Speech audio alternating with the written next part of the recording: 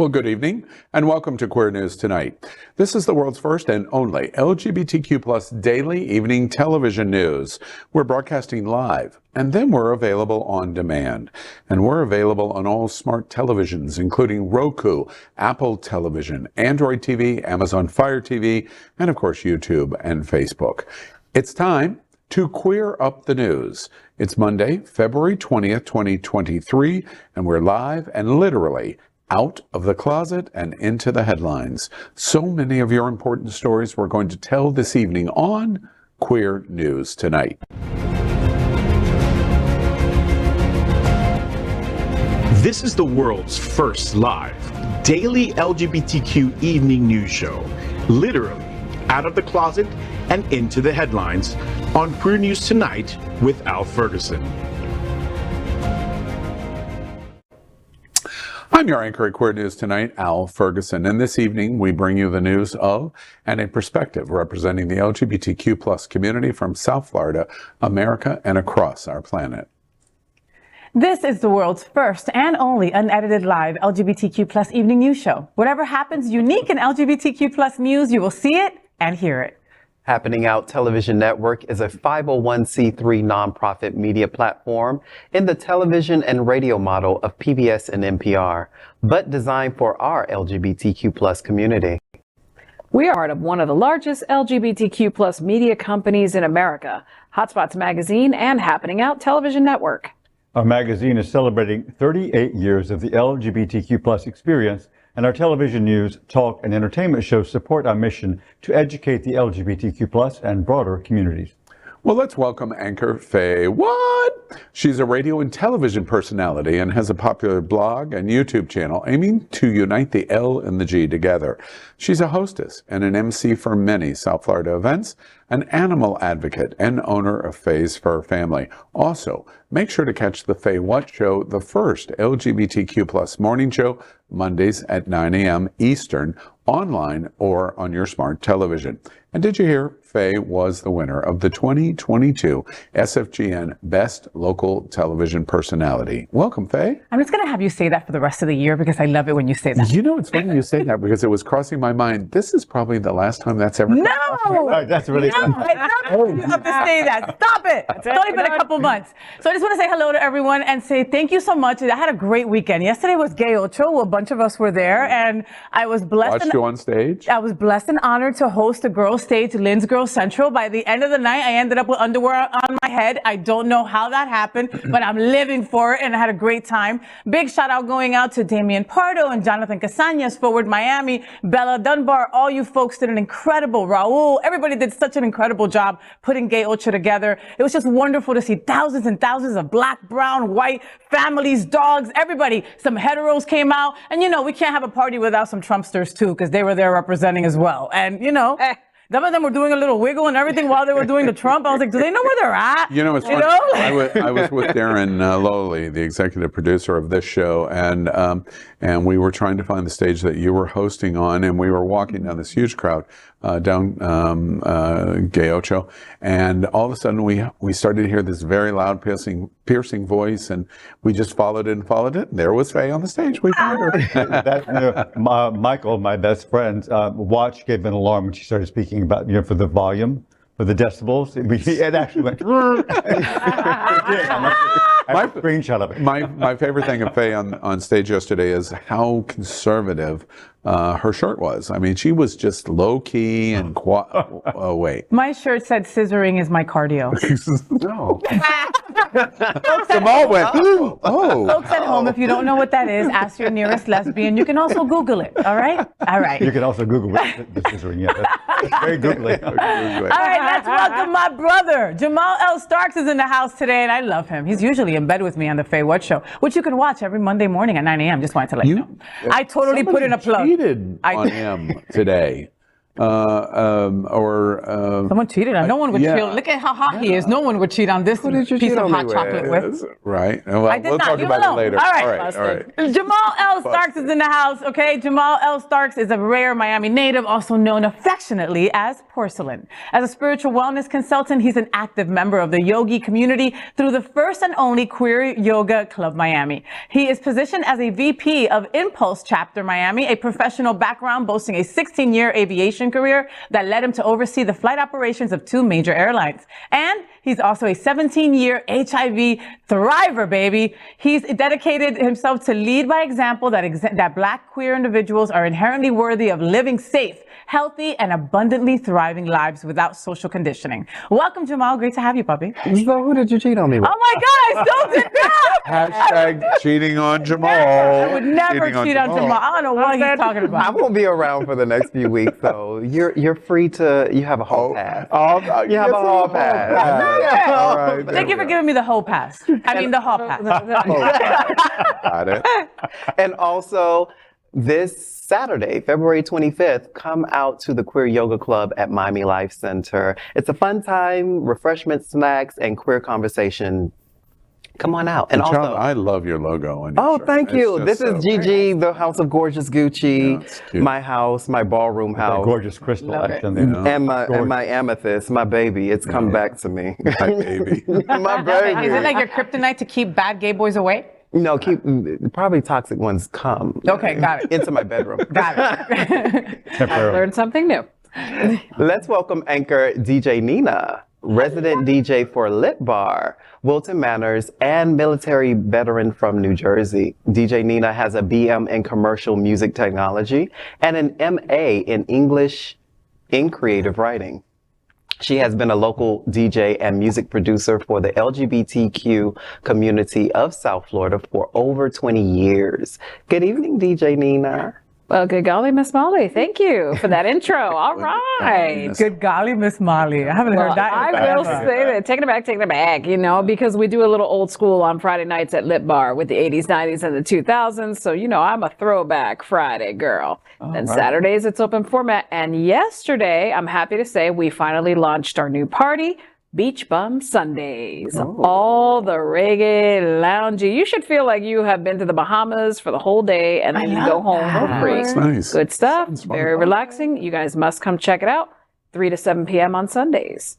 But more importantly, let's welcome anchor Dale Stine. With a background in music and the arts, he is a well-known photographer, famous for his photographs of internationally acclaimed DJs. How come my picture hasn't been taken?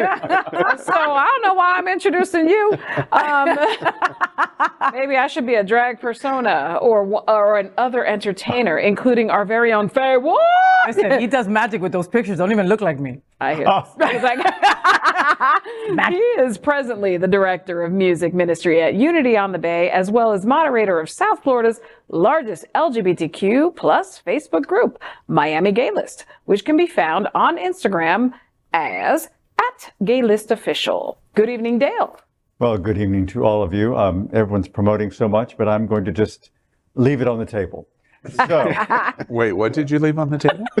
Is that why there's a Spain? Open to interpretation. My picture, because he has photographed me as well. All right, so I'm just the only one left out here. I see how it is. I'm just not a big enough DJ for you. Wow. Okay. We are the reporters for Queer News Tonight, and this evening we begin with the queer headlines. The LGBTQ plus community in South Florida and across America is diverse. Our community across the world is vast. And here are the bullet points of the queer news for today, Monday, February 20th, 2023. Well, let's begin by queering up South Florida and Florida. Fort Myers Cape Coral city manager fired for calling out LGBTQ plus discrimination and supporting Pride Parade as those people. In less than 3 minutes, Cape Coral city manager Rob Hernandez, nearly 3 years of service to Cape Coral, came to a close. In a letter to the city council titled Hernandez versus City of Cape Coral, the city manager accuses Cape Coral of retaliation for blowing the whistle on what Hernandez calls discriminatory employment practices. Hernandez laid out 4 examples.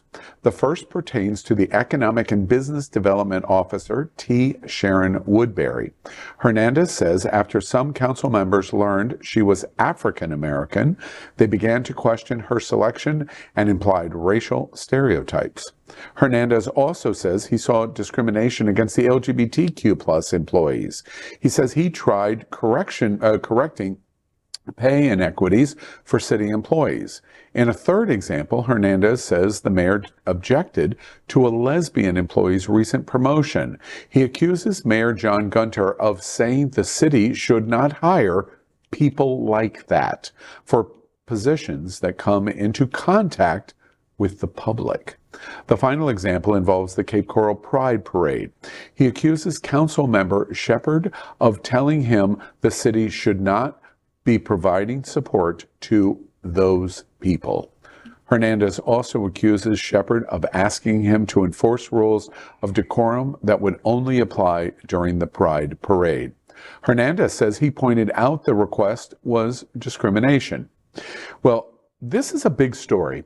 Lee County is a major metropolitan county. It's about 800,000 residents, just short of 1 million residents. Cape Coral is one of the largest geographic sized cities in the state of Florida, and it's the top population in Lee County. People think it's Fort Myers. It's really a bedroom city for Fort Myers. And it's a big story. AJ Ford, who is the president of Cape Coral Pride, we had a whole cadre panel after the hurricane hit Fort Myers and Cape Coral. And he was one of the principal voices here on the set. And we talked about Cape Coral and their Pride event. This is disturbing.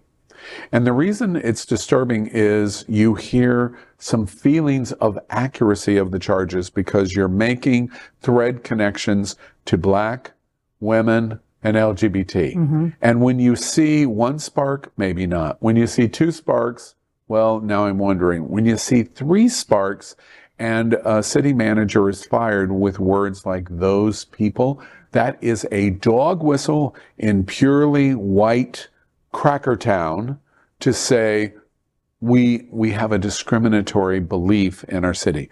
Florida has lots of problems, but this is beyond the politics of the problems in our community.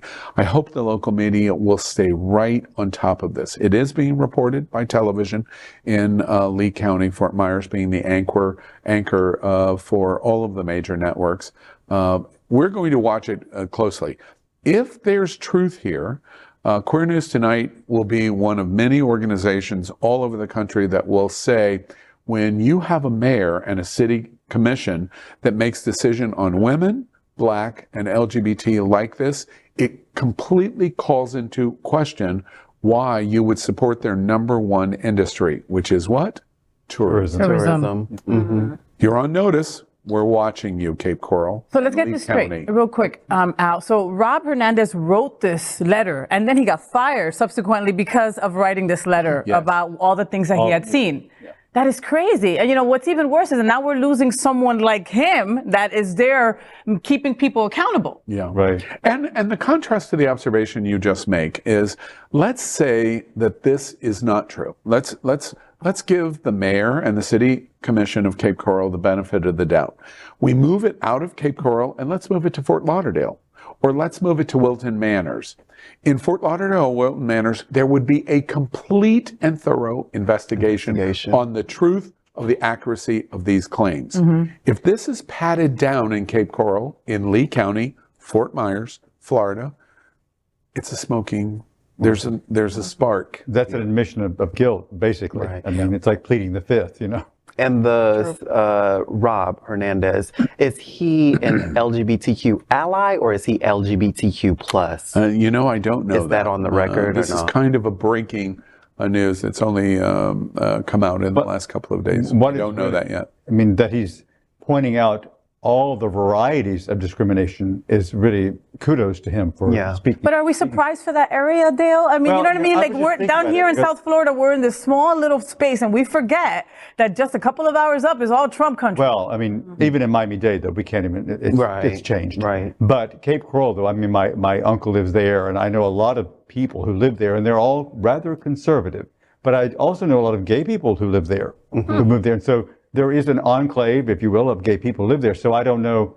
It's a very interesting area because, you know, it's a very mixed, but this is clearly, I think it sounds like it probably is happening. Women, Black, LGBTQ plus. You know what? I have a feeling that it's just going to be put under the rug and nothing's going to happen about it. And Cape Coral is going to continue how it is, racist and mean. There's what we're watching closely. We'll see if I can't believe we're still being called those people. Those people. Well, it's a dog whistle. That's extremely outdated. Those people. Oh wait, did you just call him an old white man? Because that's what I just heard you say. I didn't say those words exactly. Exactly right. Okay. Well, let's queer up education. Culture war comes to Fort Lauderdale as high school removes LGBTQ plus book described by Moms for Liberty and DeSantis as pornographic. Broward school libraries will remove a sexually explicit teen graphic novel that Governor Ron DeSantis' administration categorized as pornography. The book, Let's Talk About It, The Teen's Guide to Sex, Relationships, and Being a Human, was in the libraries of 3 schools: Fort Lauderdale High, Coral Glades High in Coral Springs, and Nova High in Davie. It has now been removed. Broward School District spokesperson John Sullivan said, quote, "Once we received a complaint, we initiated our review process of the material. During the review, the book will be removed from our schools," end quote. The complaint came from the Broward chapter of the socially conservative group Moms for Liberty and its affiliate Moms for Libraries. Brian Griffin, DeSantis' press secretary, tweeted Wednesday evening in response to the Broward School District removals of the book. He said, in quote, "Good, it's pornography," end quote. As per the officials, the books the governor's staff said were in Orange and Seminole County public schools have already been removed.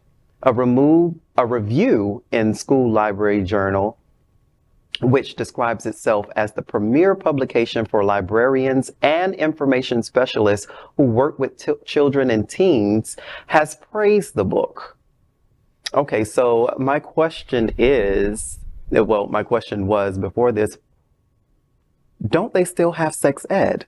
And from what I recall in sex ed in high school, they were showing us explicit graphic illustrations of sexually transmitted diseases, of what you do, genitals, pregnancy. We had to watch a woman give birth. Yeah, and that made me never want to have sex again. I was like, oh my God. No, not like right there in the classroom, Dale. I'm sure that was the tactic to get you to not try and get pregnant. You know. But from what we saw in the book, it was just illustrations, and also the book is called Being a Better Human. Like, it helps you be a better human. It helps you figure out how to be a human, especially in teens, instead of actually looking at actual Just remember, we're talking about high school students. We're not talking about even middle school students. No, we're talking about high school students that, guess what, are having sex, Dale. They're having sex. Hello. And the last 2 lines that Jamaal read, you know, librarians and information specialists call it a premier publication for teens, basically saying that this is a great tool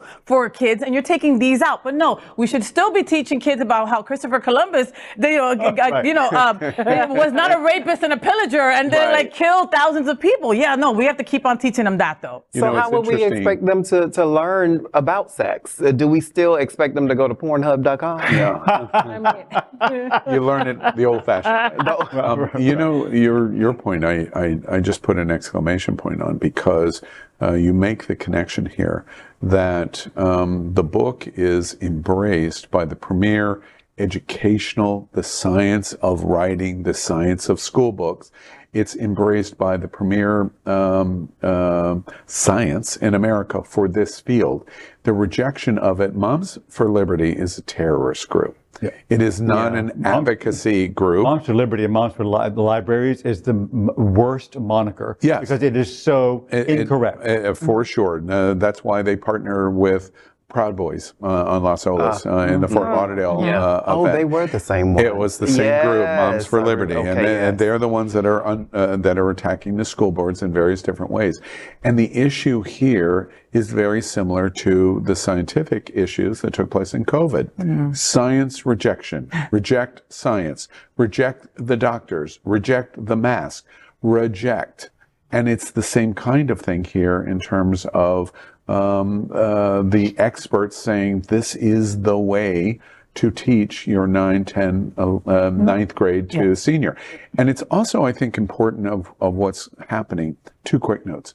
One of which is this calls out the lie that we knew it was the lie. When we talked about this 1 year ago, and Don't Say Gay was hitting the ground hard, everyone said, well, it's kindergarten through 3rd grade. And we were saying this is gaslighting because they're going to use this to get their beachhead and then they're going to expand it everywhere. Well, that's exactly what they've done. This book has nothing to do with Don't Say Gay. No. They're using the law as an extension to be able to do it. The second thing that I think is really, really important is I talked about this over the weekend in that finally this culture war really comes home. We're not talking about Ocala, Florida, or Pensacola, or Biloxi, Mississippi. We're talking Fort Lauderdale. That high school we have driven by 1,000 times. Why? Because it's on Wilton Drive. What's Wilton Drive? The gayest community in America.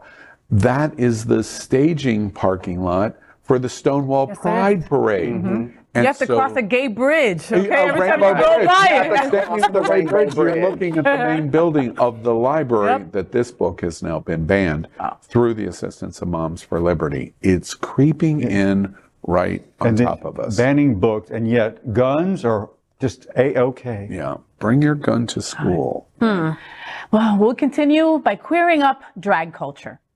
Wilton Collective Drag Turnabout receives threats, and the DeSantis doublespeak.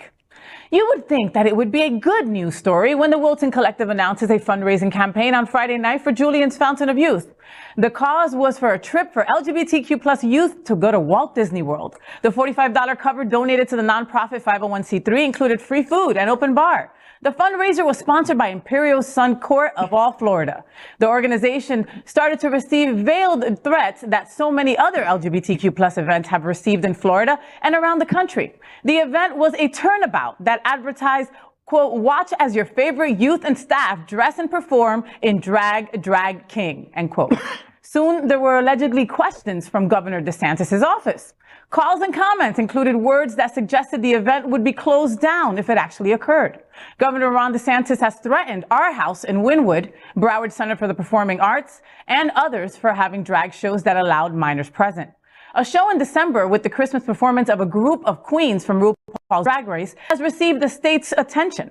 They have suggested that Orlando Philharmonic Plaza violated state law by having minors in attendance and have threatened their liquor license would be suspended. The Wilton Collective Drag Turnabout had no interaction with protesters or any state agency. Wilton City Commissioner Chris Caputo was a celebrity bartender for the fundraiser, and Wilton City Commissioner Don Diamino and his husband, Mark Maturana, prepared and donated all the food. The Fort Lauderdale Police Department was visibly present with a police officer and car on Wilton Drive placed with lights on in front of the Wilton Collective. You know, this was just to raise some money for kids to go to Disney.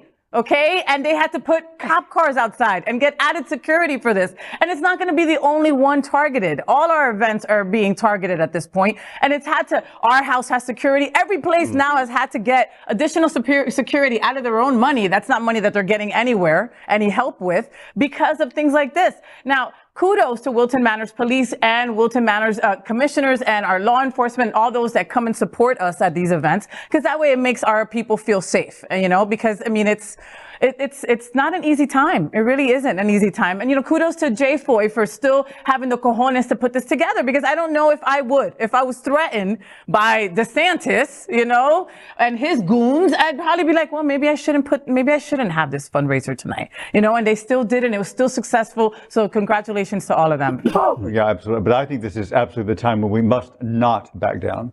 We must not allow ourselves to be bullied into stepping back. I mean, I don't know what all of that means, but I know that we must continue to speak up, speak out, do drag, whatever it is, because this is part of the same story as the previous one about the books. It's coming from the same gaslighting. thing. Dale, I'm curious, coming out of, and in all respect, of your generation, my generation, what do you mean by that? Doesn't this remind you of the height days of AIDS, when we had to have an act up because otherwise there was capitulation? That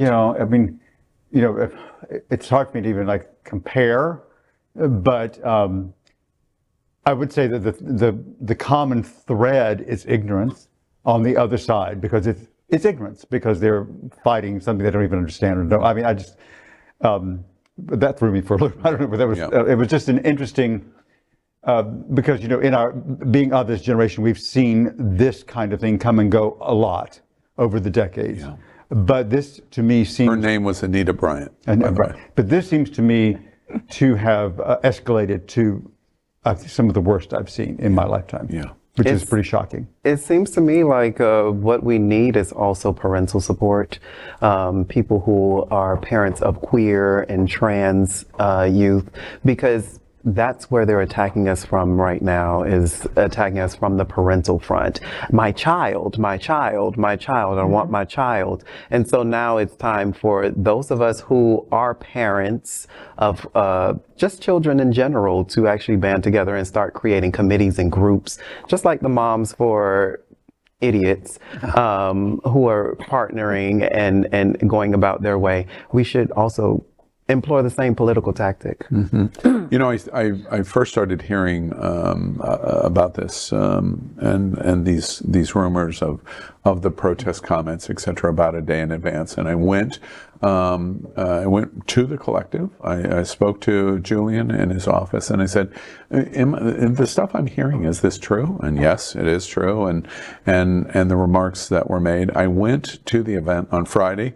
And it might as well have been a Sunday afternoon tea social. It was so mellow. When you think of the hard edge of a RuPaul Drag Race show, this is the Wilton Collective saying we're supporting our youth to go to Disney, and one of the leading drag queens that is not a drag queen, but it's a turnabout, is Miss S&H Green Stamps, and is in a dress of S&H Green Stamps. I love it. It's cute, and the support of it is we lose sight of what we're doing because of the threat. You're grooming. Wait, how is that happening? In explanation, and one of the things I want to point out, which is the real crime of what did happen on Friday night and leading up to Friday night, is nothing happened. But the fact that nothing happened wasn't the crime. You remember in Putin's Russia when Pussy Riot was arrested, and the international reaction and Madonna's reaction, but that was only the start. It gets worse and worse and worse to begin to craft a message that there are no gay people in Russia, and that if you talk about gay, you're creating propaganda for the gay community, to the point where now, today, Putin has absolute control on the subject of LGBT. How do you do it? You threaten, we're going to close your event. There's no intent to do that. Yeah. It's the chill effect of the threat that is so successful. That's what wins on Friday night. It had no effect on the event at all. But to the point of the chill, it makes us all think, is it worth doing this? Because it puts a damper on all of it. All of it. Poor kids. That's that's the crime of what happened on Friday night. And if you think that didn't happen, in my opinion, you're mistaken, because you're not seeing what's really going on here. Let's go ahead and queer up politics. Nikki Haley says Florida's Don't Say Gay didn't go far enough. Stomping for votes in her long-shot bid for the Republican 2024 presidential nomination, former South Carolina governor and United Nations ambassador Nikki Haley is trying to prove she's just as anti-LGBTQ+ as Florida Governor Ron DeSantis, one of her likely challengers for the GOP nod. When asked about DeSantis's divisive parental rights in education law, aka the Don't Say Gay law, which bans discussion of gender and sexual orientation in kindergarten through third grade, Haley told a crowd at a New Hampshire town hall that the legislation is too timid, proving that Haley is ready to make LGBTQ+ youth a target in her campaign. The politician gave an interview to FoxNews.com after the town hall, elaborating on her desire to make the mention of gay and transgender people verboten in elementary schools. Haley's record on LGBTQ+ issues is abysmal. As noted by GLAAD, Haley has said President Joe Biden's support of transgender rights will destroy women's sports, saying, quote, "Across the sporting world, the game is being rigged against women and in favor of biological men," end quote. She also opposed marriage equality as both a South Carolina state representative and governor. She has also rejected matching funds for a program offering HIV medication to lower income patients. Now, she's also an ageist. I don't know if you guys know this, but she's also very much a part of, if you're too old, I don't want you in my house. Wow. What? So, yeah, that's her new thing now. Wow, she's perfect to run with Trump, huh? Oh, yeah. Right. I don't get it. But yeah, in that town hall, there's a video clip, I believe you can probably find it on YouTube, where she's now saying, we're going to have to require mental exams for some of these people that are with us here in the House, and blah, blah, blah, blah, blah, blah, blah, blah, blah. She wants to mentally check Biden because he's 80. Yeah. Well, you know, him and a bunch of other people. So she's like, I'm going to put this in place. And I'm thinking, good luck, honey. That's not going to work. Well, she could use a mental check. I mean, because her memory seems to be very, very askew, because she has waffled more than a cook at the Waffle House. I mean, she has. I mean, she's for Trump. She's against Trump. Oh, really? Oh, yeah. She's been. She's a flip-flopper. She's been a Waffle House cook. I'm telling you. She said as recently as September that if Donald Trump said he was going to run for president, she would not run for re-election, for a second term, that she would not run, and that she supported him. He announced running 2 months later, and she did this last week what she did, which is announce for president. That's the flip-flop that you're talking about. My number one problem with Nikki Haley, she's not, she looks credible because she's not batshit crazy. Right. Okay, so if you put the crazy bats, the Republican Party. right? As what is it, MTJ? What is it? Marjorie Taylor Greene with her big old fur coat. Yeah, exactly. What's going on there? Watch Bill Maher if you want to hear a great analysis on Marjorie Taylor Greene. The interesting thing to me about her is she proved at the United Nations really how dangerous she is, because she flip-flopped all over the place in the United Nations, and so Donald Trump craziness, her desire to appease him and he be the Lord and master of Nikki Haley's plantation in South Carolina. She flip-flopped so much in terms of what she said in the world stage at the United Nations. She became scary for me. She doesn't rail the way Donald Trump does, or the way Lindsey Graham does, or even the way Marco Rubio does, but she's equally dangerous, because if you do not listen to what she's saying carefully and where she is on that position and where it's going to change next, she's going to get you every single time, and that's what Nikki Haley is going to do. It's deceiving, that demeanor of a Mike Pence. Yeah, like I'm completely normal, and this calm voice. I'm like, oh wow, that is scary. You have to watch the Stepford Wives motions very carefully. That's so true. Yeah. Wow. Well, next let's queer up trans rights. DeSantis requested medical records of all Florida trans students, and now they plan statewide walkout. Students across Florida are planning a statewide walkout after Governor Ron DeSantis requested all public universities comply in delivering data from student health services on transgender students who sought gender-affirming care at the institution. DeSantis asked to see a breakdown of the medical data of students who received gender-affirming care from public entities. This includes anyone in the general public who sought gender-affirming care at the hospitals located at these public universities. In addition, he wants their ages and the dates they received gender-affirming care. The deadline to submit those records was February 10th. Insider has confirmed that the University of Florida, Florida State University, the University of Central Florida, Florida A&M University, Florida International University, and the University of North Florida have complied with the request, but have yet to hear back from the rest. Students at these universities are now planning rallies for next week, along with the statewide walkout on February 23rd. Ben Braver, a junior at the University of South Florida and the outreach officer for the school's College Democrats chapter, is leading the initiative known as the Stand for Freedom Florida Walkout. Well, once again, the young people, the youth, are standing up and walking out, and I am all for it. I think it's just the same as it was with guns, you know, after Parkland. Yeah. Yes. It's the young people that are going to be voting age in time for 2024. I think it's wonderful. It's so scary. And the walkout, I'm sorry, Jamaal, and the walkout is going to happen on the 23rd, like Dale said, between 12 and 1 p.m. And that gentleman, Ben Braver, let's say his name again, because he is the conduit to make this happen, you know, and we need that young blood, like you said. But like also when the gun stuff happened, did anything come out of it? Nothing. Yeah. And the point I didn't really make, how scary this is, what it's about. I mean, this infiltration of your personal data. Yeah. I mean, it's really horrifying. Right. And he can get away with that with just saying, I need this data, give it to me, schools, and they have to comply. Federal HIPAA laws, I don't quite understand. This is a relatively breaking news story also, but first reaction. Yeah, HIPAA laws, that's true. Well, that's literally just before I was about to say, HIPAA doesn't exist here? I mean, why not? Yeah. That's exactly what I was like. This is dangerous. This is access to medical records. That is low key. That's Hitler not Jr. even right high. there. That's not even. That's high key.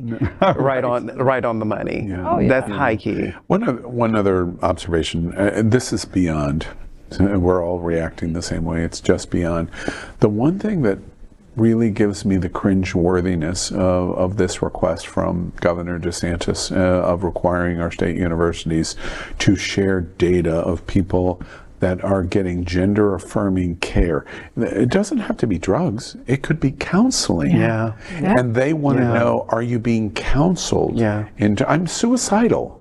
And I'm suicidal in thinking about my gender identity. And you've spoken to an expert or a professional at the University of Florida, and that is being reported to Governor DeSantis, who has all of your best interest at heart. Claro, he does. Yeah. Sure he does. The one thing beyond that, I mean, because this is beyond my pay grade in understanding what's going on here, the one thing that I tell you, for the first time in clarity in my life, if I was not black in 1860, I was not Jewish in 1939, I am not trans in 2023.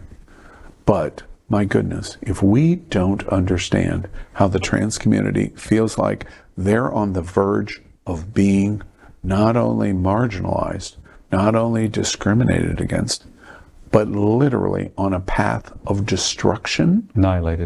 Annihilated. Yeah. Erased. Because this is all about erasure, because that is why we have these blips in history due to marginalized communities is erasure. You know, erasure of the Jews, erasure of blacks, erasure of homosexuals, now erasure of trans people. And the more visibility that trans people do get in the media, in social settings, the more attacks they're going to get, because it questions literally the morality and the being of these people who are attacking it. Yeah, and the attackers are also then making every attempt to erase history of said events. Yeah. Taking it out of schools, of books. But let's still talk about Christopher Columbus discovering America and not raping and pillaging people. And then, here's your gun. You know, Here's your gun. Go to school.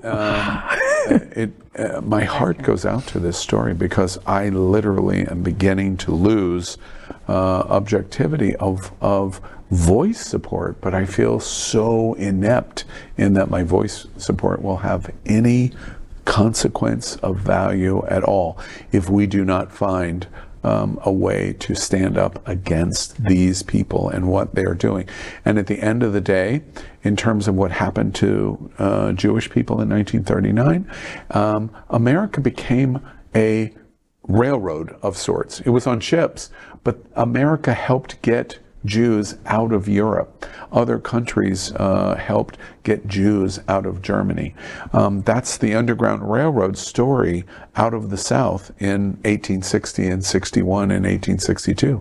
Are we going to have to create an Underground Railroad of trans out of the state of Florida? I think we do. I think the answer is yes. But there are other states where this is happening as well. It's not just Florida. And it may just be out of the United States, because we saw what happened in Russia with Putin's little minion, where they had to create an underground railroad, if you haven't seen the documentary, but an underground railroad for gays to get out of Russia.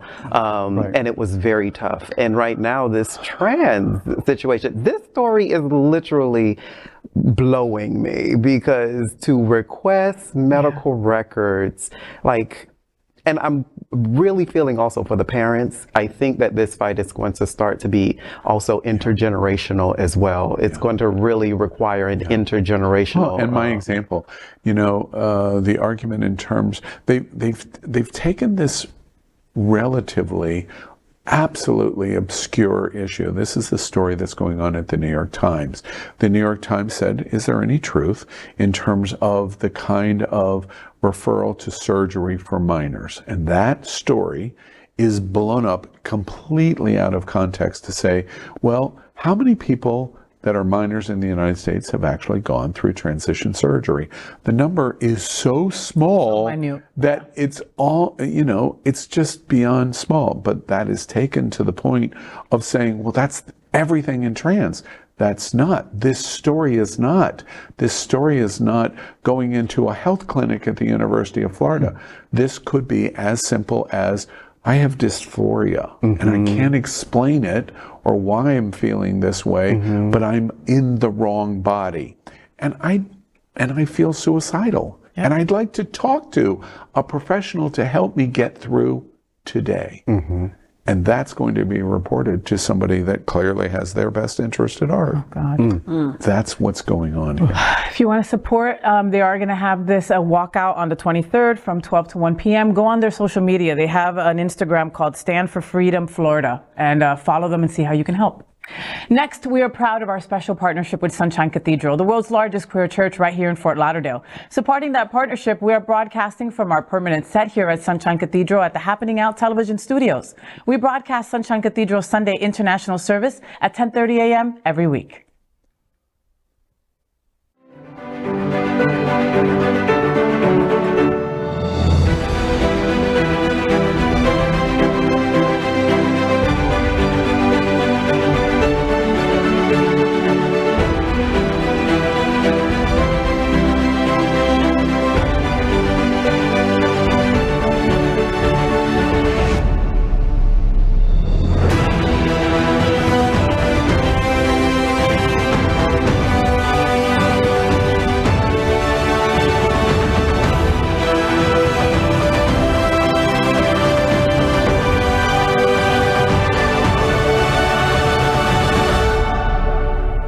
I'm Kiara Johnson, the Executive Director of the National LGBTQ Task Force. And as one of the most important civil rights organizations, I know the value of the support that comes from all corners of our community. That's why Sunshine Cathedral is my queer church. Well, Fox News, Tucker Carlson, and radical conservatives have suggested the LGBTQ plus community has a secret plan, and we can only guess it is for world domination. We couldn't agree more here at Queer News Tonight, and we're going to tell you all about it in our segment called The Gay Agenda. Ooh. In The Gay Agenda, we queer up entertainment. Elliot Page's queer cheerleading film has begun filming. In the honored tradition of But I'm a Cheerleader and Brittany and Santana from Glee, Elliot Page and D.W. Watterson are bringing another queer cheerleader story to life. The movie Backspot, produced by Page, has started filming in Canada. Backspot is based on a story by D.W. Watterson, who is also making their directorial feature in the movie. Joanne Sarazin wrote the script. Elliot Page's Page Boy Productions is producing along with Prospero Pictures. It stars Devery Jacobs of Reservation Dogs as Riley and newcomer Kudwashi Rutendo as Amanda, two young cheerleaders. The movie also stars Thomas Anthony Olojide, Oluniki Adelie, Wendy Crewsome, and Shannon Soselman. Show off. In the gay agenda, we continue with the gay agenda. We queer up drag culture. Boulet brothers Dragula win at Makeup and Hairstyle Guild Awards against movie and TV heavyweights. The Makeup Artist and Hairstylist Guild held its 10th annual award ceremony recently at the Beverly Hilton Hotel, in which Swintula Boulet and Dragmonda Boulet of the Boulet brothers, Dragula, won the Best Makeup Award for Titans under the Daytime Television category. Baz Luhrmann's Elvis dominated the night with 2 wins for the Best Period and/or Character Makeup and/or Period and/or Character Hairstyling. The best special makeup effects went to Adrienne Moreau, Kathy C., and Chris Gallagher for The Whale. Michelle Chung and the Everything Everywhere All at Once team took home the award for Best Contemporary Makeup, while the Black Panther Wakanda Forever team won for Best Contemporary Hair. In the gay agenda, we queer up South Florida and Florida. The Black Town Hall and Roundtable will be February 22nd. On Wednesday, February 22nd, Hotspots Magazine and Happening Out Television Network will have a special program in Wilton Manors as part of the city's Black History Month. The focus of the event will be discussing the state of the Black community in Wilton Manors and South Florida. We will be talking about what's important to the LGBTQ plus Black community and how to improve going forward. We are inviting you to participate in this live, significant, and special event. All the hosts will be from our Black community, our Black LGBTQ community, and all stories will be about the LGBTQ plus Black community. Do not forget to mark your calendars for this very important Black History Month event. In the gay agenda, we queer up religion. Florida College cancels concert moments before curtain because one of the singers is gay. The Pensacola Christian College canceled an appearance by the Grammy-winning a cappella group, the King's Singers, because one of the singers is gay. The King's Singer final stop on their tour of the U.S. was supposed to be at the Florida Baptist College this past Saturday night. The 6-man group had already led a workshop for students in the afternoon, and 5,000 people were expected to attend the concert. But just 2 hours before they were set to perform, Pensacola Christian College informed the King's Singers that the concert was canceled due to concerns about a member's lifestyle. Earlier this month, a British a cappella singing group, the King's Singers, was meant to perform at Pensacola Christian College. With 2 hours' notice, the college canceled the singers because they learned that one of the singers was openly gay. You ever heard of a gay musician? I'm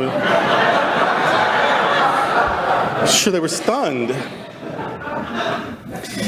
And of course, openly just meaning that that person apparently isn't ashamed of who he is and didn't feel the need to lie about it. Homophobia was so central to the school's religiosity that they couldn't honor a contract because one singer wouldn't hide in the closet. Now, to add to the confusion of it all, apparently the singers have performed at the college before. And I don't know how big their choir is, but I promise you a gay person's in it. Maybe if it's a choir of 2, maybe not. But if it's a choir of any size, I promise you there is some gay folk up in it. It is also noted that the school has allowed works by Tchaikovsky to be performed. And biographers are almost universally agreed that Tchaikovsky was gay. Hashtag hypocrisy. Meanwhile, revival has broken out at Asbury University in Kentucky. Student-led prayer that is going on night and day and has done for about a week and a half now. And it has spread to Lee University, a Pentecostal school in Tennessee, and I think to other schools too. And there are pilgrims coming to the schools to experience this amazing worship phenomenon. Now, these are evangelical colleges whose traditions look for and hope for movements of revival, which are extended periods of worship and rededication to spiritual principles. We have that every year at Sunshine Cathedral. We call it Lent. And nuns and monks have it every day. They call it cloistered life. But if you're not used to a life of prayer, then being able to have this sort of new sort of experience of just praying more often and with others, that can be energizing. That can be quite beautiful, of course. Extended periods of heartfelt prayer can obviously be a good thing, especially if it yields the fruit of the Spirit: love, joy, peace, kindness. If it is producing the beautiful and sweet fruits of the Spirit, then, let that continue. I would love the sort of revival that moves Christian colleges to stop using God's name as a weapon against LGBTQ people.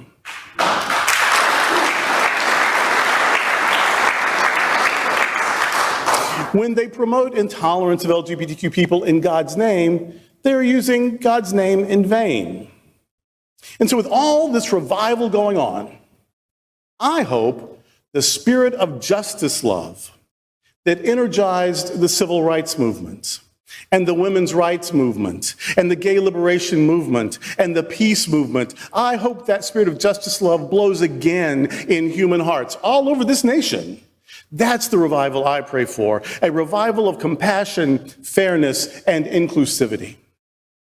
When you worship with us, when you pray with us, when you help us thrive in the work that we do here at Sunshine Cathedral, you are engaging and being a conduit for the spirit of justice love.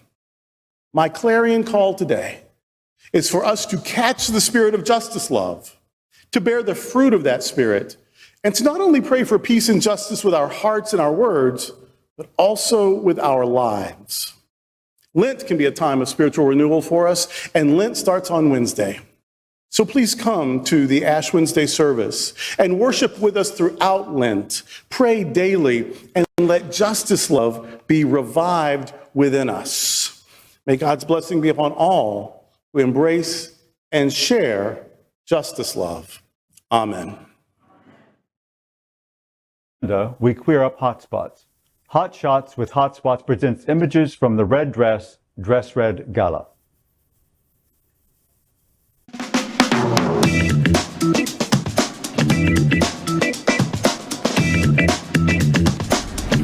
Recently, the World AIDS Museum and Education Center hosted the Red Dress, Dress Red Gala at the Design Center of the Americas, and more than $100,000 was raised for this colorful event in sponsorship of the educational mission of the museum.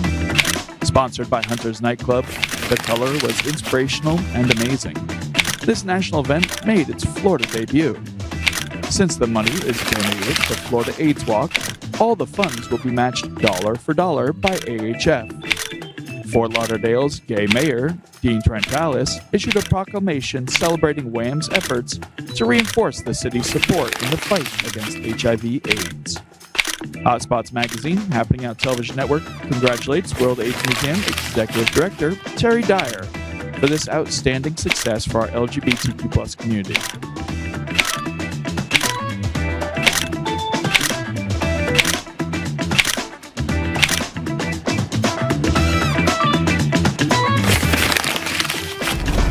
following Hotspots Magazine Happening Out Television Network for the best events and parties in South Florida.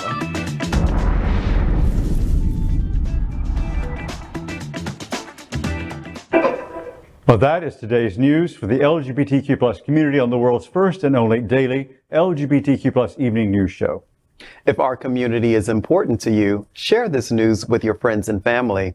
Are you, like most of America, part of our large television audience watching this live LGBTQ plus news broadcast right now on your Roku, Apple TV, Android TV, and Amazon Fire TV? I love Jamaal's voice, don't you? Queer News Tonight is the only live LGBTQ plus digital television show in the world that is out of the closet and into the headlines. We need your support. If our community is to grow, we must tell our stories and bring them to the attention of the broader world. This is the only place in the world that tells these types of LGBTQ plus stories in motion and sound. That is the passion of Hotspots Magazine, Happening Out Television Network, and Queer News Tonight. I'm your anchor, Al Ferguson, and on behalf of these LGBTQ plus reporters, the anchors of Queer News Tonight, including FayWhat, Jamaal L. Starks, DJ Nena, and Dale Stine. We'll see you daily at 8 p.m. But before we end tonight's broadcast, we have one final story. Let's queer up the big interview. Amy Armstrong discusses comedy, the LGBTQ plus community, and being a survivor. We end this evening's show with a special interview with Amy Armstrong. She is a cancer survivor, LGBTQ plus ally, and philanthropist. She's been singing and making people laugh for almost 30 years and uses her talent and platform to further the causes of the LGBTQ plus community. Born in Detroit, and she lost her mom to cancer as a young lady, she started her career in Chicago's Boys Town community. She earned her chops as a singer at the iconic Gentry of Chicago with the likes of Honey West, Alexandra Billings, and Freddie Allen. Amy's humorous outlook on everyday life has made her an icon in the LGBTQ plus community. Well, we're very excited here at Queer News Tonight to have Amy Armstrong. She is coming from Puerto Vallarta. Gay men all over America just went whoop when you say Puerto Vallarta. They wish they were there, or they wish from all over America in February or in March where she's getting ready to come to, and that's here to Fort Lauderdale. Now, I know the vast majority of our LGBT audience knows who Amy Armstrong is already. Comedian, great singer. She got her start at the legendary Gentry in Chicago, and she is a great ally in the LGBTQ community, getting her early start in Boys Town. Amy Armstrong, welcome to Queer News Tonight. We're really happy to have you with us. Thank you so much. I'm happy that I'm here.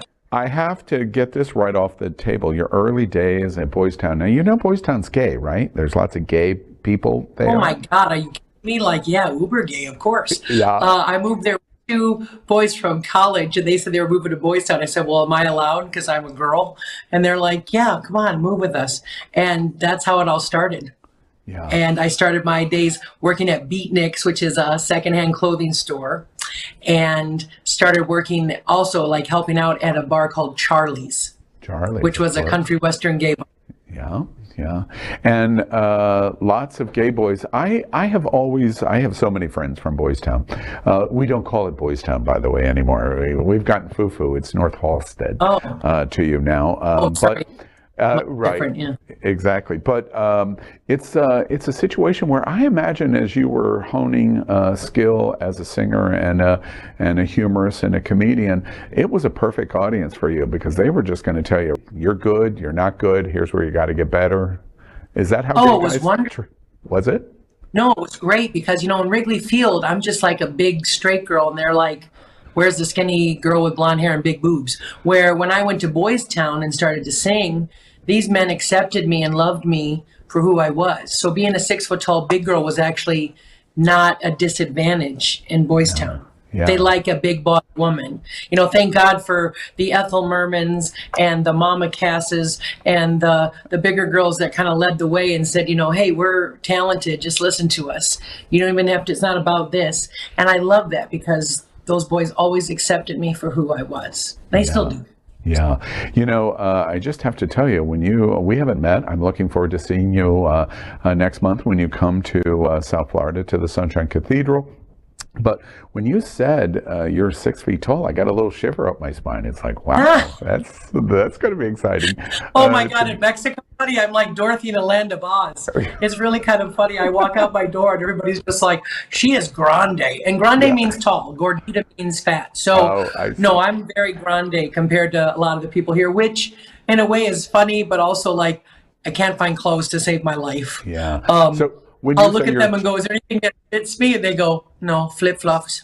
So when you said you're like in the Wizard of Oz, you're kind of like the gate men at Oz. You were the big, tall. I read a lot about you. I read a lot about you, Amy, and preparing for your visit to South Florida. Someone wrote about you, and I wanted to ask you about this because I couldn't tell if this was a compliment or a horrible read. Oh, no. Someone said that you had rose to the top of the Cabernet circuit. Is the Cabernet circuit a good thing? Your blend of humor and song, the Cabernet circuit, is that good? Yeah, well, back in the day, of course, I was always like making jokes and I thought it was just to really get people that were hecklers off of my case. I would say, like, that's how it all started. It would be someone drunk and I would say something silly or funny to get him to pipe down so I could sing. And all of a sudden people are like, you're funny. And I'm like, oh, thank you. And then it just became a part of who I was. And this is really like my stage version is really an exaggerated version of me. I think some people are like, Amy, you never turn it off. I'm like, well, I never turn it off because it's who I am. Yeah, right. So there's no switch to turn that off. Yeah. We, the gay guys, especially, will be your experience here. Everyone's going to love you. But the gay guys specifically, we love our divas. We love our straight women, big women, body, comedic, great voice. We love them. We call them divas. And then I read something else about you that I thought was really interesting. And again, I couldn't tell if it was a compliment or it was a really vicious read, where they said you were a diva with a voice of an angel and the mouth of a sailor. Was that a good thing? That's my tagline. Are you kidding me? No, that's great, because do you know how many people, there's people that have come and seen my show and afterwards have said to the owners or someone, oh, she's vulgar, she's, and I don't think that's the right word. I think that I'm a bawdy, burlesque kind of performer who looks at life and says how she feels in a real way. I say I don't have a filter, but I think it's just me being real. And if you know that, if I give you that tagline, then you realize kind of who I am. That's if you had to have one sentence that says who I am, that's pretty much it. Although one lady did ask why I wasn't singing any ditties from like the seas. Yeah. Because she thought Mouth of a Sailor meant I would sing, like, there once was a let's sail from sea, Well, I have to, in full disclosure to the audience, people that know me well, I was really excited. We haven't met. Amy and I have not met, and she's worked in the cruise industry for years and years. I'll tell you about that in a minute. But today's Valentine's Day. We're going to be showing this on the 15th of February, but today's Valentine's Day. And Amy sent me this beautiful message in TikTok as a Valentine's message. And I play it, and she basically said, I'm getting ready to send this Valentine's message. I need some help. Is motherfucker one word or two words? And then I realized, wait. Yes. That was really sweet, Amy. Thank you so much. Let's talk about your longevity in cruise. I'm happy this is going to air on February 15th because I can tell everybody out there, go get Valentine's Day candy. It's half off right now. Yes. Go to the Walgreens. Exactly. We're encouraging you to buy sugar and chocolates. You're talking to gay men. You're talking to gay men. All right. I want to talk about your cruise experience. Lots of attention for you. You've done Aquafest. You've done Brand G, which is a great brand in travel for LGBT. But of course, one of our hallmarks is RSVP, and you were an institutional name. With everybody knows RSVP and Atlantis have merged. Yes. You worked on cruise ships when you could see the dinosaurs on the shore. I heard you've been doing it for a long time. Were there, yeah. Yeah, I was only supposed to do a couple cruises. Isn't that weird? They even said you do like a couple cruises and then you'll be off, for a few years and we might invite you back. I said, okay. And then they did a survey and I scored so high on the survey, they had me back again in a bigger room. And every year it just kept happening like that. And after like 4 or 5 years, I was like, I think there might be a regular on here. Yeah. But I always just was happy that I got asked again and again. And finally, after 9 years of working with them, I played the main stage on the Queen Mary on the QE2. Wow. It was the first time ever playing the main stage. So I went from the smallest cabaret to the main stage, and only one other person did that, and that was Ann Hampton Callaway. Yeah, and Amy doesn't mean the Queen Mary that was built in 1934. She means the new gigantic the Queen Mary. Oh, wow. Right, exactly. No, but that was incredible. Like that cruise, I don't know if they could ever, like Judith Light was on there because she was pushing her movie Saved, the one about when they're trying to de-gay you in the camps, and all the guys from Queer Eye from the Straight Guy, the first round, the first season, they were there. People from Queer as Folk were there. It was a mecca of just beautiful people from all over the place that I got to meet and got to spend a week with. And to me, it was such a beautiful experience to meet all those people and to be a part of it. And I mean, like I cried because I got on the main stage. I mean, that was like a bucket list thing. That's great. And Amy, I'm curious, being such a big ally in our community, and you're doing these cruises. It's all topical right now because we have so many gay cruises leaving out of Fort Lauderdale, and you're coming in right at the end of that sweep here to the Sunshine Cathedral. What was it like being this big allied straight woman? Funny, great singer, and there's all this news all over the country where they're asking people on the gay cruises to not show any pictures of any sex or any. What was it like for you to wander the cruise? I think that would be a straight cruise too. I mean, the thing is there's certain rules and regulations you have to do on a ship, whether it's a gay cruise or a straight cruise. I will say this: gay men know how to party 10 times better than straight people. I think I'd be bored on a straight cruise. I really do. I make a joke in my show. I said 1,800 gay men on a ship for a week. You could suck 100 dicks a day and still have like 1,100 that you never even saw. So that's just like a mind blower to me, I mean, when you put that together, but these men know how to party and have a good time. But I understand about public nudity you can get in trouble with if you're gay or straight. If you're in a port, you can't go on your balcony and have sex, you can get in trouble. So, but I also understand, they used to have people sign a waiver if you don't want to be in any of the pictures in case, for if you were a president of a company or if there was something that maybe that could be misconstrued. So I understand that point, but it's across the board. It's not just with gay men. That's a really good point. But I also know that they do let these gentlemen have a good time and enjoy themselves, and there's a certain deck where everybody can have fun and they're fine with that. Like I don't know if they'd have it on a straight cruise. I don't know. I mean, I know this. I was walking the deck and did not know I was on that special deck, and I thought a gentleman had fallen over. He was attached to something, but I was like, sorry, sir. And then I left. I was like, oh, awkward, sorry. And, but I just, I know when to leave the party too. Like I'm that straight girl that's like, I don't sit there and go, what are you guys doing? Like, I know when to go. I say hi. I say I do a Fruit Loop is what I call it. And I just enjoy myself. And then I know when to take my leave. Oh my gosh, you really do know about our culture. The Fruit Loop. It's really when interesting. They say fag hag. I don't like that term. I like fruit fly.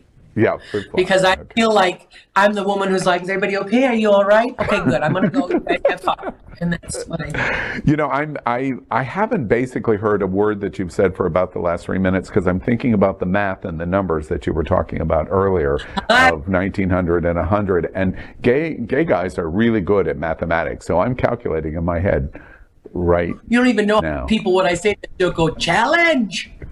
Challenge. Right. Well, one of the things I also want to talk about, and I know you'll probably dive into this in your show at Sunshine. you hit two big walls in this terrific career that is developing for humor comedian and singer, and that is the pandemic and cancer. Tell us a little bit about your experience there. Well, you know, a year before COVID, I get cancer. I thought it was a gallbladder. Who would have known? I got stage 3C ovarian cancer. So, you know, I had 4 cruises scheduled. I had all these gigs scheduled. It was a lot that I had coming up in the next year after I got diagnosed. So that was really hard. And then I did treatments, and then they said I was cancer free. And then all of a sudden they were like, here's a mask. You should put this on. Something's going to happen. And then COVID hit, and then I got cancer again. So, you know, I even said in my show, I go, I've had cancer, COVID, I don't want 3. So please no more diseases starting with a C. And some guy in the back yells out, chlamydia. I'm like, thank you, sir. That's lovely. How wonderful. It's like a grand but no, slam. it was a battle. And it was very, I got to tell you, when you had to have any kind of treatment in the hospital during the pandemic, very isolating and very lonely. Yeah. But, you know, that's what you had to do. And the news is good for you now? Oh, yeah, my CT scan is clear. The only problem I have at the moment is I just have to have a hernia operation because they took a lot of stuff out of my body. I make that joke, too. I said they took my uterus, gallbladder, appendix, spleen, lymph nodes, stomach lining. You'd think I'd be skinnier, but that didn't happen. You know, speaking of that, well, congratulations on the diagnosis. We're all happy that you're healthy, that you're getting out in the world. This will be the first time to South Florida since pandemic, won't it? And your cancer diagnosis. Yeah. So that's exciting. We're going to hear a lot of fresh from you.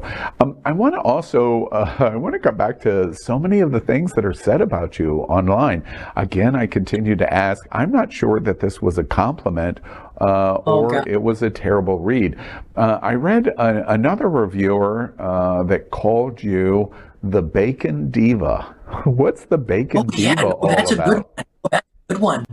Come on, anything wrapped in bacon is delicious. Hello. So yeah. Oh no. And I learned that was one of my first Spanish words I learned. Tocino. That means bacon. Yeah. So yeah, no, I was known as the Bacon Diva because I love bacon. Now, because of everything I've been through, I can have it like once a month. But you know, I X that mark on my calendar, like I get to have bacon today. I'm so happy. But people used to buy me bacon stuff all the time, and I used to say, wow, I should have said I love diamonds or, you know, like islands, but I just said I love bacon. So they would buy bacon gifts for years. So it's not a read, it is a compliment, the Bacon Diva. Yes. Okay, excellent. All right, let's talk a moment about the gig that you're doing here. Sunshine Cathedral's Center Performing Arts, very unusual. It's the world's largest queer church here in South Florida, and they have this incredible performing arts program, and everybody comes, singers, comedians, dancers, all kinds of performers. You're coming, and it's like a little glimpse of the golden days of RSVP, but you get to see it in a big theater here in Fort Lauderdale. What are you looking most forward to? You're getting out of Puerto Vallarta. You live there. You're coming into South Florida. We always joke this is the gayest place on planet Earth. You've been to South Florida many times. What are you most looking forward to when you come to the gig March 15th at Sunshine? I can't wait to see a lot of my friends I haven't seen in a long time. You know, when I started these cruises, it was just a job, but then it turned into almost like a family reunion because you would see the same people every year, and what a beautiful thing that would be to see them year after year. I haven't been able to do that lately. So to me, it's like this incredible reunion of seeing a lot of people I haven't seen. Plus, to play in such an epic place that so many people have played in, you know, Coco Peru, Lady Bunny, Varla Jean Merman, Bruce Valanche. I mean, the list goes on and on with so many different performers. I'm just happy I can be a part of it. You're bringing a new collaborator with you, Fernando Gonzalez, and you're performing a new show. And yes, his picture is very cute. I won't say I'm equally looking forward to meeting Fernando, but I'm equally I have the same dress. That's crazy. That picture, I have the same dress, and I have to go like this now. Right. So anyways, you're going to be performing this new show, and forgive me, I'm going to try to pronounce it, but you correct me. The Gato and the Guapo, did I get that right? That's it. That means the cat and the good-looking guy. So you decide which one is which. Okay. All right. Wait, give me a moment. That's one of the things we used to call each other, because he's always such a, he's a handsome man, of course. People always think that I'm the sugar mama. He's my little brother in music. I love him very much. We've been performing for 6 years. But I knew that people would not only love him as a musician, but love him because he's a little cutie pie. Come on. I would say I want eye candy. Yeah. And I'm a gay man. I'm not into eye candy. Yeah. Okay. You got some big endorsement this week. I saw Palm Springs legend, Wilton Manor's legend also, Mark Hunter, did a post about you coming and just glowed about you and Hunter's nightclub.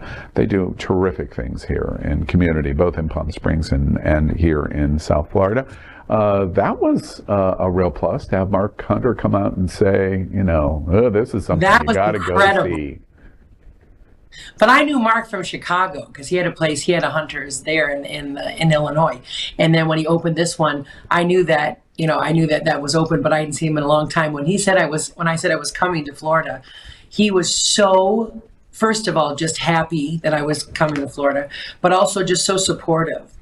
And he's our main sponsor, Hunter's Nightclub is. And that's such I even told him, I just said, I'm so grateful and appreciative that you still remember me. And he's like, Amy, you're a little hard to forget. But that's a good thing. That's a good thing. Yeah. When you say compliments, like all those guys, when they say stuff, I'm always like, yeah. But Mark was always super supportive of me. And he just said, I'm just happy to see that you're still singing and you're doing so good. Yeah, that's wonderful. He does a great job in both communities, and so it just came to my attention. I thought, wow, that's a great endorsement. I want to finish up, Amy. I'm going to get to talk to you face to face when you come in March for the March 15th or March 18th is the date for the gig at Sunshine. I want to ask you about if you're really ready for coming here, because since the last time you've been here, a few things have changed in Florida. I don't know if you've heard, but there's some stuff going on. There's some stuff going on in schools and in drag shows and the governor's mansion.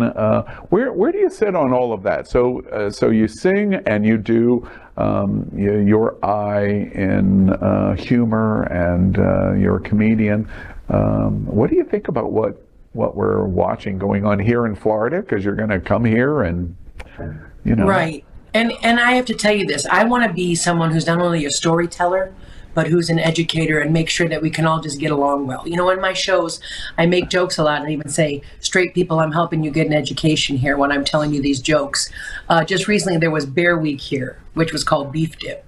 And a lot of straight people didn't understand that. So I'd have to be like, oh, bears are big hairy men that like to have sex with other big hairy men and then have an ice cream social or a barbecue. And they would all laugh, but in a way, it's like teaching them, we're all just the same, and we all make jokes and have a good time. And that's my whole thing, is it shouldn't matter if you're gay or straight or trans or whatever you identify as. I want you to enjoy my music and enjoy my humor, and that's open to everyone. Yeah. Speaking of being open to everyone, I know we're very likely going to send an invitation to a very special guest to your show. He only lives 38 miles from the theater that you're going to be performing in. He lives in a building, I don't know if you've ever heard of it, it's called Mar-a-Lago, and it's only 38 miles from the theater. And you're hilarious. Oh my God. Okay. That's our reaction. That's our reaction too. Yeah. I don't know if that's gonna go over too well. Yeah. And we have a governor. I don't know if you've heard of Ron DeSantis, but he's quite a piece of work. And so can we expect you when you come to Florida? You'll have your eye on the world of what's going on, being launched from Florida on all of America. Yeah, it's hard because I really try to stay out of that when I'm here in Mexico. But when I'm there, listen, my whole thing is I just want to help and support the LGBTQIA community. I'm more than just so, like, I can't even express how happy I am in this journey and how many times gay men, women, drag queens, anybody who's helped me. And it didn't matter to them that I was a big girl. It didn't matter to them what age I was. It just mattered to them that I was going to be okay. Yeah. And I think that's my whole thing now is like, listen, I just want you guys to be okay. We've gone through a lot, all of us. I know I've gone through a lot, but everybody has. We've all gone through trauma. Yeah. So let's try to acclimate to this new kind of journey that we're on. And I want you to enjoy it and realize that life is great. Yeah. Even with all the craziness in the world, even with all the shit that we go through, life is great. And I don't want anybody to have to go through what I go through with this cancer to realize that. But now every day I'm so grateful, and I wish that other people would realize that. So my goal is to just be like, I just want everybody to know, come on, let's all just get along. Yeah. Let's all just get along. It shouldn't matter. Yeah. You know, it's all just such little stuff. It really is. Yeah. All that is just perspective. And I just want people to have a good time, enjoy. And if I can help in any way, and if I can fight the good fight in any way, honey, I'll be right there in the front lines with everybody. Well, as you just said, honey, you're going to be fighting the good fight. I can't wait to see you. It's going to be so much fun. Good. The humor and the great voice and the program that you do. I'm gonna look back on your Valentine's wish to me of how you spell it with one word or two words, and it's gonna be a great experience. When I get that Valentine ready for you, I'm gonna let you have it. That night of the show, I'll let you have it, baby. Yeah, between now and March 18th, I'll have to have an appropriate response to your wish to me today.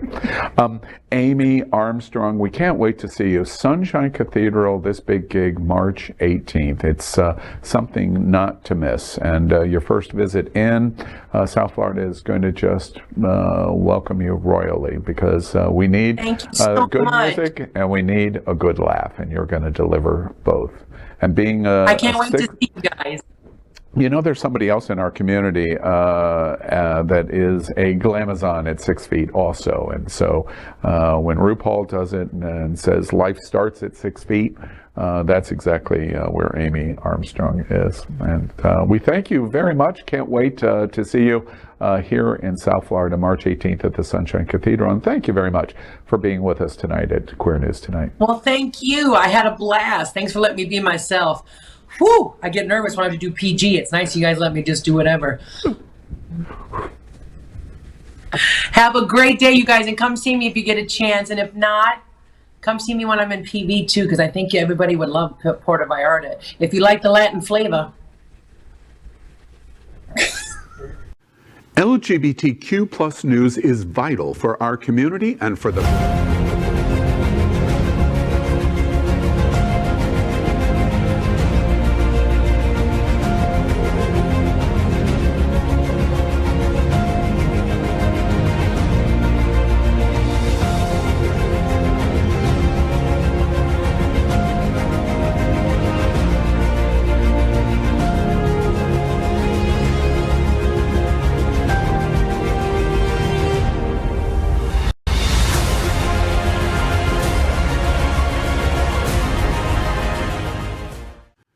LGBTQ plus news is vital for our community and for the broader world as a whole. We have enough enemies at Fox News. Tucker, Sean, and Laura are loud. We need passionate allies. Happening Out television network, Queer News Tonight, and It's Happening Out are literally out of the closet and into the headlines. Our community needs your support. Like this broadcast and subscribe now to ensure the growth of the entire LGBTQ